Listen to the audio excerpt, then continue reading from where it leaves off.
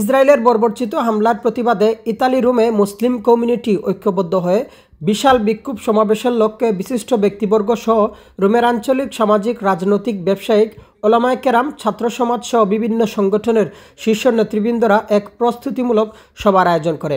সভায় সকলের সর্বসম্মতিক্রমে সিদ্ধান্ত নেওয়া হয় যে আগামী 18 এপ্রিল রোজ শুক্রবার জুমাবার মুভিমেন্টো পালেস্তিনা লিবেরো নামে মজলুম নিপীড়ন নির্যাতিত গাজাবাসীদের পক্ষে ইসরায়েলের বর্বরচিত হামলার বিপক্ষে এক বিশাল বিক্ষোভ সমাবেশ হবে।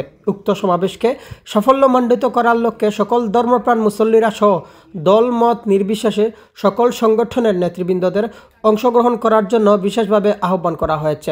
সমাবেশটি রাজধানী রোমের পিয়াৎসা ভিত্তোরিয়া পার্কে দুপুর 1টা থেকে 4টা পর্যন্ত থাকবে এবং জুমার নামাজ 1টা 30-এ অনুষ্ঠিত হবে। সভা থেকে জানানো হয় যে সমাবেশটির আমন্ত্রণে রয়েছেন মুভিমেন্টো পালেস্তিনা লিবেরো, সার্বিক সহযোগিতায় রয়েছেন সকল মসজিদ, ইলেকট্রনিক্স, প্রিন্ট মিডিয়ার ব্যক্তিবর্গ, রাজনৈতিক, সামাজিক ও ব্যবসায়ী সংগঠন সহ স্থানীয় গণ্যমান্য বিশিষ্ট ব্যক্তিবর্গ। এছাড়াও আগামীকাল 17 এপ্রিল রোমের ছাত্র সমাজের আয়োজনে পিয়াৎসা রোবের্তো মালাতেস্তা আরেকটি সমাবেশ বিকাল 3টা থেকে শুরু হবে। এতে সকল ধর্মপ্রাণ মুসলিমদের অংশগ্রহণ করার জন্য আহ্বান জানিয়েছেন সাংবাদিক মিনহাজ হোসেন। ইতালির রোম থেকে মিনহাজ হোসেন, লন্ডন বাংলা।